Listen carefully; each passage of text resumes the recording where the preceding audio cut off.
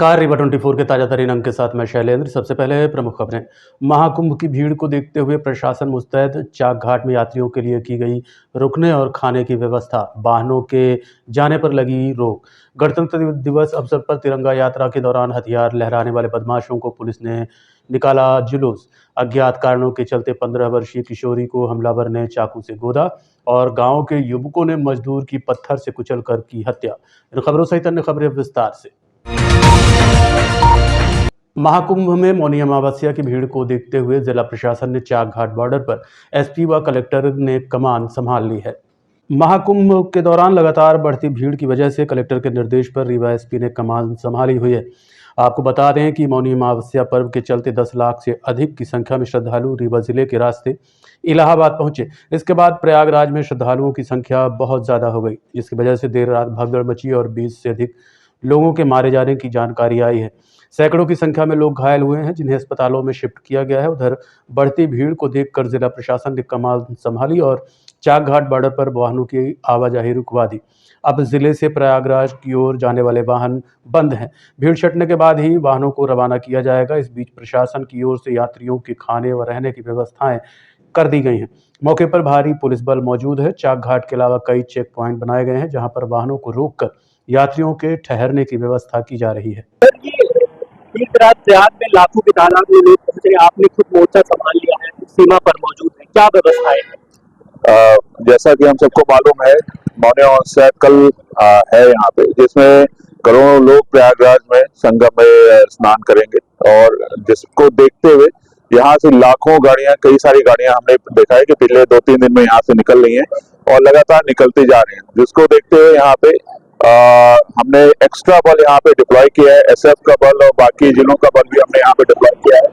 कहीं कोई अव्यवस्था ना हो, कहीं कोई अनावश्यक जाम न लगे, किसी को असुविधा हो या कोई अन्य इमरजेंसी हो, तो वहाँ पे पुलिस लगातार यहाँ पे मदद के लिए तत्पर रहेगी। ऐसी हमने व्यवस्था कर रखी है। हमने 4-5 पॉइंट्स यहाँ पे बना रखे हैं जहाँ पे पुलिस बल मौजूद है। मोटरसाइकिल पेट्रोलिंग भी हमने स्टार्ट कर रखी है और हमारे अधिकारीगण, एडिशनल एसपी विवेक और एसडीओपी उदित और अन्य अधिकारीगण भी यहाँ पे डटे हुए हैं और लगातार कोशिश यही है कि जो ये 1-2 दिन है हमारी कुछ पहले, वहाँ पे हम किसी प्रकार की समस्या न हो, हम श्रद्धालुओं को ऐसा प्रयास किया जा रहा है हमारा। आंकड़े की अगर बात करें, लगभग कितना आंकड़ा है यहाँ से लोगों के जाने का? अगर हम एक दिन की बात करें तो करीब 40-50 हजार वहां से यहाँ से निकल चुके हैं पिछले 24 घंटे में, और उसमें अगर हम 4 लोग की बात करें तो करीब 3-4 लाख लोग यहाँ से पिछले 24 घंटे में, उससे ज्यादा कई लोग, क्योंकि बसें भी करीब यहाँ पे 1000 बसें निकल चुकी हैं, तो इस तरह से करीब 10 लाख लोग यहाँ से निकल चुके हैं यहाँ पे। और बाकी ये पिछले 2-3 दिन से यही ट्रेंड जारी है, तो काफी लोग यहाँ से इस साइड से निकले हैं। और हम देख रहे हैं कि तेलंगाना, कर्नाटका, केरला से भी बसें इस साइड से निकली है और महाराष्ट्र से बहुत सारी गाड़ी यहाँ से निकली।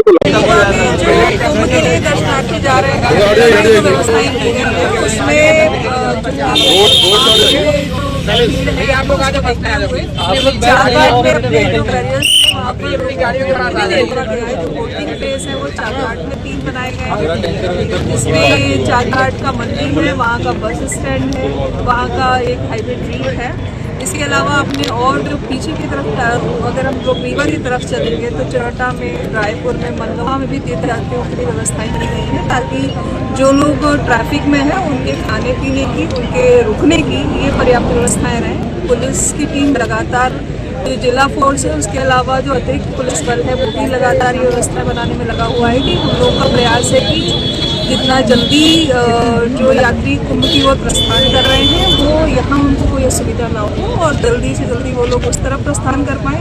वहाँ से जो लोग आ रहे हैं वो ट्रैफिक में फंसे बिना निकल सके, ताकि व्यवस्थाएं थोड़ी ईज हो सके। गणतंत्र दिवस के अवसर पर तिरंगा यात्रा के दौरान अवैध हथियार लहराने वाले अपराधियों का आज पुलिस द्वारा जुलूस निकाला गया। 26 जनवरी को सुबह 9 से 10 बजे के आसपास अवैध हथियार का प्रदर्शन किया जा रहा था। यह घटना उस समय घटी जब तिरंगा यात्रा के नाम पर बिना अनुमति कुछ सरंगों ने पूरे शहर को जाम कर दिया। बताया जा रहा है कि घटना में ज्यादातर आपराधिक प्रवृत्ति के युवक थे, जिनके द्वारा लोगों को परेशान किया जा रहा था और बाद में पंचम पैलेस के पास हथियार लहराते वीडियो बनाकर सोशल मीडिया पर पोस्ट किया गया। तो कई पर पहले से ही अपराध लंबित हैं। इसने आज 4 युवकों को गिरफ्तार कर कंट्रोल रूम से कलेक्ट्रेट तक जुलूस निकाला। साथ ही अन्य युवकों की तलाश की जा रही है। 26 जनवरी के दिन सुबह करीब 9-10 के आसपास कुछ आपराधिक तत्वों ने तिरंगा यात्रा के नाम पर अवैधानिक रूप से बिना अनुमति के वाहन रैली का आयोजन किया गया था, जिसमें शहर के विभिन्न मार्गों से रैली इनके द्वारा निकाली गई, जिसमें यातायात को भी अवरोध हुआ, लोगों को असुविधा हुई। जिन्होंने इनको मना किया कि ट्रैफिक जाम ना हो, उनके साथ इनके द्वारा अभद्रता भी की गई। लेकिन चूंकि आपराधिक प्रवृत्ति के लोग थे तो लोगों ने थाने पे इसकी कोई सूचना नहीं दी। बाद में ज्ञात हुआ कि पंचम पैलेस के पीछे ये पूरे लोग, जिसमें कुछ आपराधिक तत्व के लोग थे, अभी हाल ही में जमानत पे छूटे हैं, उन लोगों ने अवैध शस्त्रों से वहाँ फायरिंग भी की। इसके वीडियो भी सोशल मीडिया में उन लोगों के द्वारा अपलोड किए गए। ऐसा ज्ञात हुआ कि इन लोगों में, जिसमें 2-3 नाम हैं जिनको अभी पृथक से आपको अवगत कराया जाएगा, उनके विरुद्ध अभी जांच चल रही है। इन लोगों ने समाज के अंदर फायरिंग करके दहशत फैलाने का काम किया है। इनके विरुद्ध थाना विश्वविद्यालय में अपराध पंजीबद्ध किया गया है। उनमें से 4 लोगों को चिन्हित करके उनको गिरफ्तार किया गया है और उनको गिरफ्तार करके आज इस तरह से माननीय न्यायालय में प्रस्तुत किया जा रहा है। कितनी तरह की और गिरफ्तारियां होंगी? इसमें लगभग 150 से 200 लोग उसमें शामिल थे।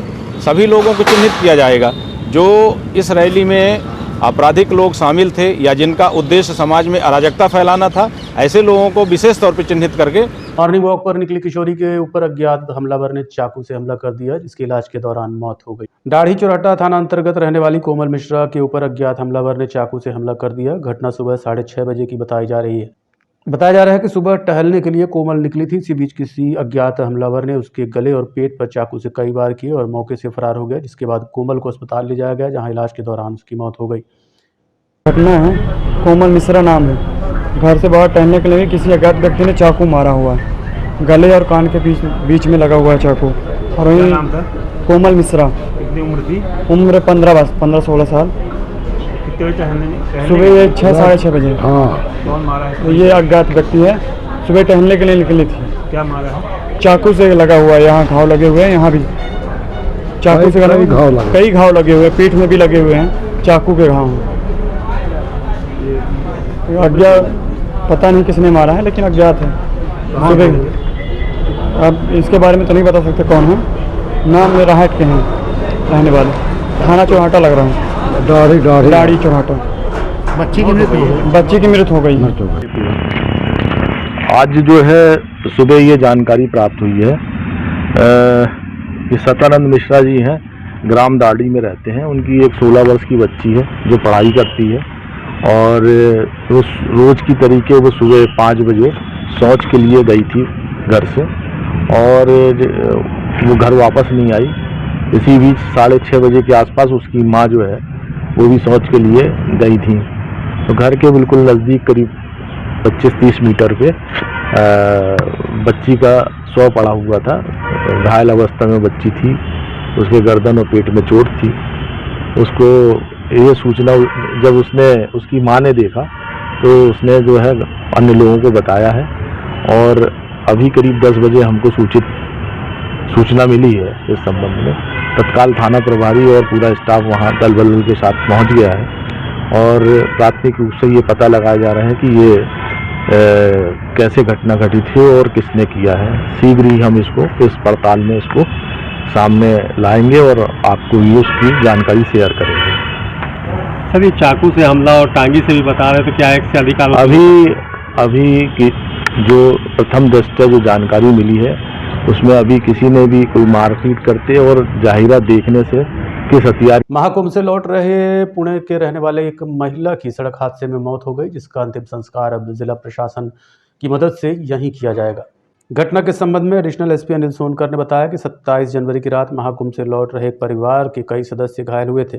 घटना मनोगमा के समीप कार के डिवाइडर से टकरा जाने की वजह से हुई थी, जिसमें से एक महिला की मौत हो गई, जबकि हादसे में घायल हुए पिता और पुत्र की हालत गंभीर बताई जा रही है। घटना की सूचना परिजनों को दी गई, जहां से वो रीवा पहुंच चुके हैं और रीवा में अंतिम संस्कार करने की इच्छा जताई है। इसके लिए पुलिस प्रशासन सारी व्यवस्थाएं करा दिया है।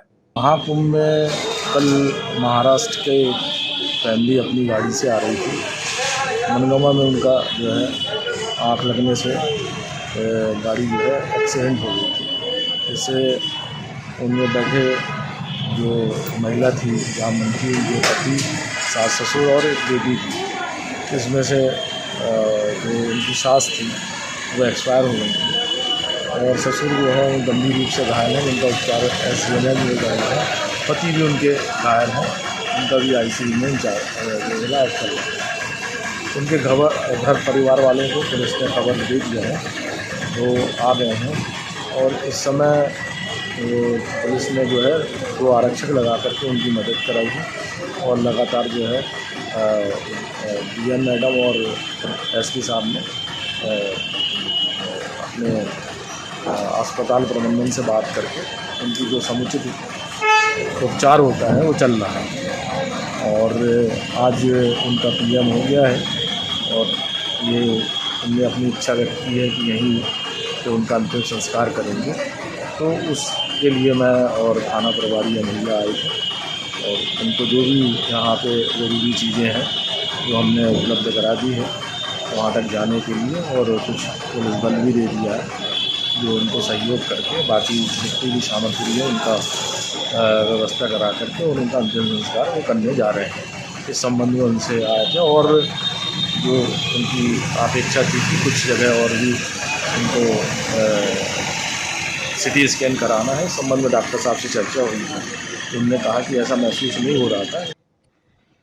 MIC सदस्य धनेंद्र सिंह बघेल द्वारा शराब दुकान हटाए जाने और बियर बार संचालित न किए जाने को लेकर कलेक्टर को पत्र लिखा है। MIC सदस्य व वार्ड क्रमांक 6 के पार्षद धनेंद्र सिंह बघेल ने आज कलेक्टर रीवा को पत्र लिखकर मांग की कि वार्ड क्रमांक 6 झिरिया में कंपोजिट दुकान हटाई जाए। इस दुकान की वजह से मोहल्ले का माहौल खराब होता है और महिलाओं का आना जाना मुश्किल है।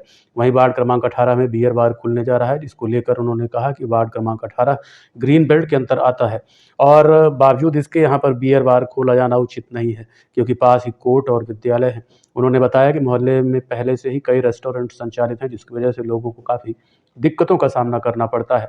MIC सदस्य धनेंद्र सिंह बघेल शराब दुकान हटाए जाने और बियर संचालित न किए जाने के लिए आज कलेक्टर को पत्र लिखकर ये मांग की है। कंपोजिट दुकान जो हमारे वार्ड नंबर 6 के अंतर्गत आती है, दूसरा वार्ड नंबर 18 में जो न्यायालय से लगी हुई B स्क्वायर है, वहाँ पे बियर बार का लाइसेंस शहर में चर्चा है कि बहुत जल्द ही बियर बार खुलने वाला है। तो मेरा कलेक्टर महोदय से ये निवेदन है कि न्यायालय सामने स्कूल और उसी चंद कदम की दूरी पे मार्तंड एक्सीलेंस स्कूल है और वार्ड नंबर 18 ग्रीन जोन में है। इन सब चीज़ों को लगते हुए वहाँ पे बियर बार का लाइसेंस देना उचित नहीं होगा। न्यायालय है, बच्चे स्कूल जाते हैं, सामने स्कूल है और वार्ड नंबर 18 एक रहवासी इलाका है। वहाँ वार्ड नंबर 18 के लोग आए दिन जाम से परेशान हैं, आए दिन वहाँ पे रेस्टोरेंट खुल रहे हैं। ना तो हमारा नगर निगम ना तो जिला प्रशासन ध्यान दे रहा है कि वहाँ पे रेस्टोरेंट में फायर सिस्टम है कि नहीं है। ग्रीन बेल्ट में है, इसके बाद भी आए दिन नए नए रेस्टोरेंट खुल रहे हैं। तो एक तो हमारा ये है। दूसरा वार्ड नंबर 6 झिरिया स्थित कंपोजिट शराब की दुकान है, वो हमारे वार्ड से लगा हुआ है, हमारे रिहायशी एरिया से लगा हुआ है। वहाँ पे चंद कदम की दूरी पर शंकर जी का मंदिर, झिरिया कुंड है, TRS कॉलेज है, समस्त शैक्षणिक संस्थान, चाहे मॉडल साइंस हो, चाहे केंद्रीय विद्यालय हो, चाहे सेंटर एकेडमी हो, चाहे आपका किड्स वर्ल्ड हो, रोज पेटल स्कूल हो, अनुसूचित जनजाति छात्रावास है, हॉस्टल है, वहाँ पे सारी शैक्षणिक संस्थान उसी कंपाउंड से 150-200 मीटर की दूरी पर है।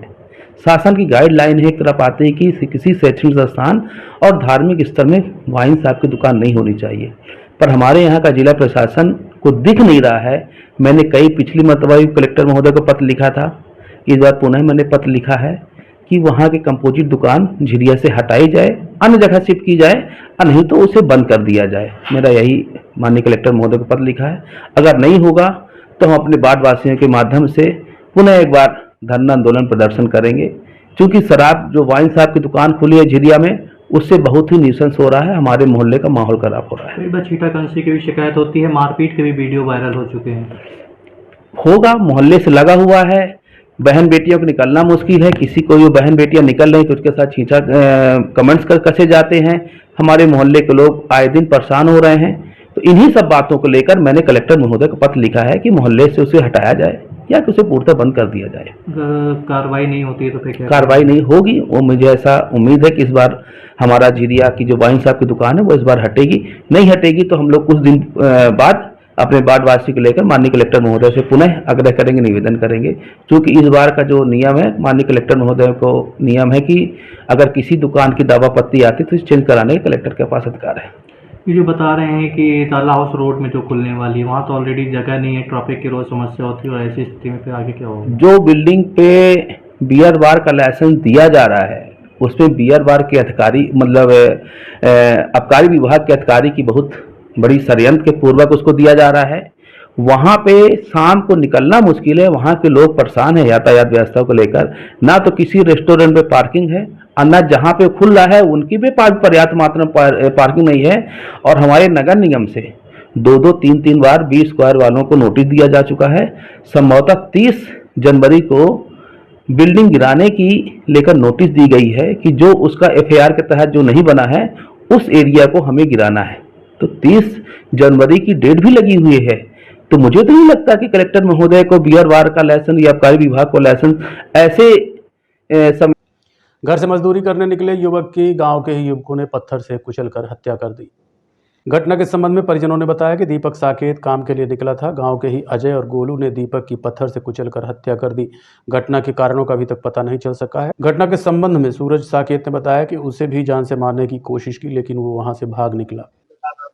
दीपक साकेत सर वो काम में गए थे, इनको कल से देख रहा तो मैं आया, घर नहीं, वो नहीं आए थे घर। आज सुबह देखा तो मार के और यहाँ फेंक गए थे हमारे घर के पास। कौन मारा? जी हमारे गांव के हैं, अजय और गोलू। अब ये पता नहीं सर, मेरे को मारने की धमकी दिया तो मैं भाग दिया अपनी जान बचाकर, और पत्थर उनके ऊपर दे मारे हैं सर में। अभी सुबह 9 बजे। गायब कब से था ये? गायब काल से सर। काम से? हम आप कहाँ मिले? हमको घर में सुबह मिले हैं, अभी फेंक कर गए हैं, मार मुड़ के फेंक दिए थे तो सुबह देखे पड़ा था। है काम क्या करते हैं? काम होगा ऐसे ही करते हैं, मजदूरी यहाँ वहाँ। जो मारने वाले उसी काम पे? जी सर। नाम क्या है? 9 बजे। विवाद काय को लेकर के? व्यवहार नहीं पता सर। क्या नाम है? सूरज साकेत। यशस्वी भारत 2025 कार्यक्रम के तहत आज सांस्कृतिक कार्यक्रमों की प्रस्तुतियां दी गईं। रीवा जिले में शासकीय उच्चतर माध्यमिक विद्यालय मातन क्रमांक 3 के खेल मैदान में इन दिनों यशस्वी भारत 2025 का आयोजन किया जा रहा है। इस कार्यक्रम का उद्देश्य लोगों को सरकार की योजनाओं से अवगत कराना है। दौरान एक प्रदर्शनी लगाई गई, साथ ही विभिन्न सांस्कृतिक कार्यक्रमों को आयोजित किया जा रहा है। कार्यक्रम की शुरुआत कल सांसद जनार्दन मिश्र ने की थी, जिसमें आज दूसरे दिन सांस्कृतिक कार्यक्रमों की प्रस्तुतियां दी गई। ये कार्यक्रम 30 जनवरी तक आयोजित होगा।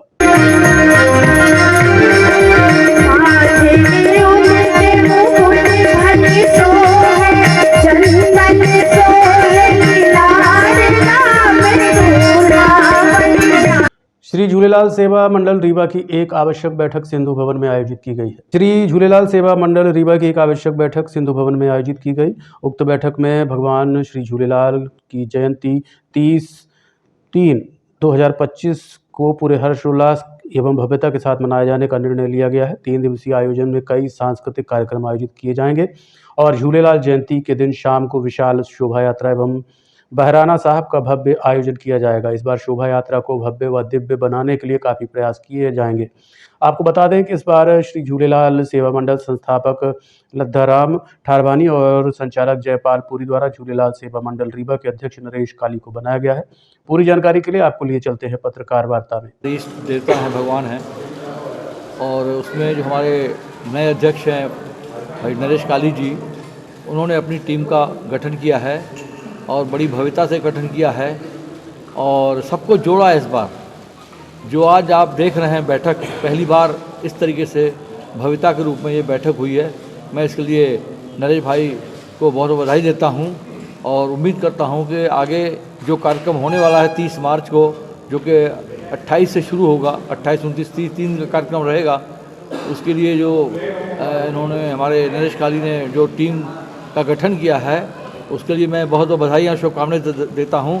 और मुझे पूरा विश्वास है कि इस बार जो झूलेलाल जयंती का कार्यक्रम होगा बड़ी भव्यता से और ऐतिहासिक होगा और हमारे रीवा शहर में हमारे समाज सबके पूरे रीवा नगरवासियों को एक झूलेलाल जयंती के कार्यक्रम की भव्यता दिखाई देगी कि किस तरीके से झूलेलाल जयंती मनाई जा रही है।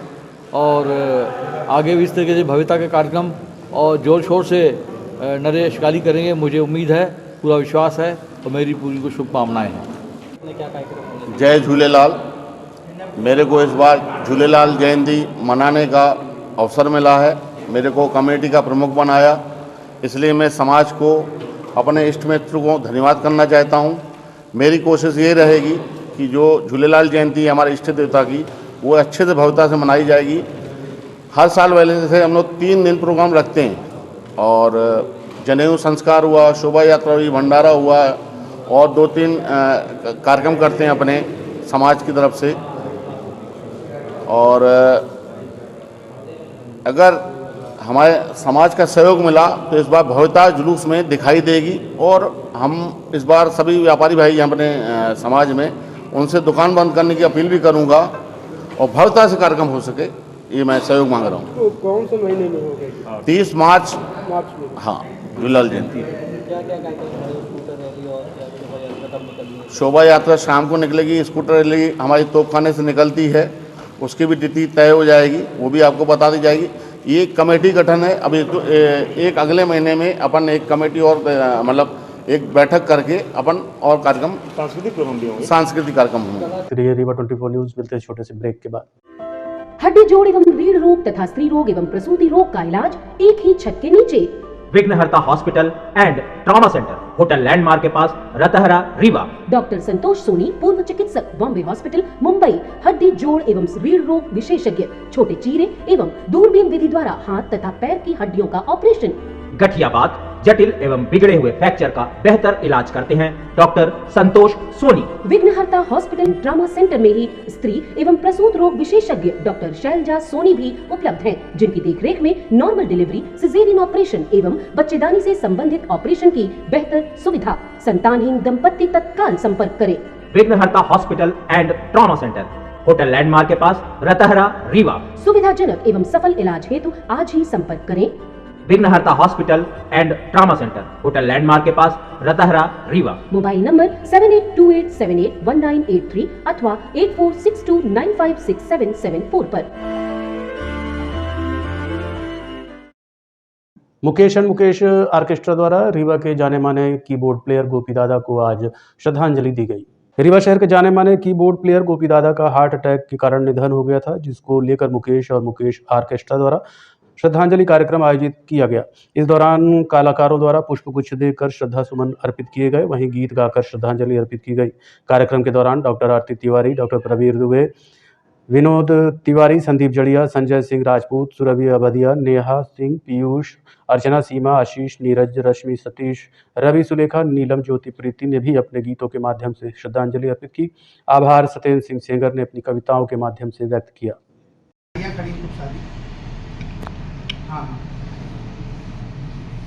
आज के अंक में इतना ही। देखते रहिए रीवा 24 न्यूज़। नमस्कार।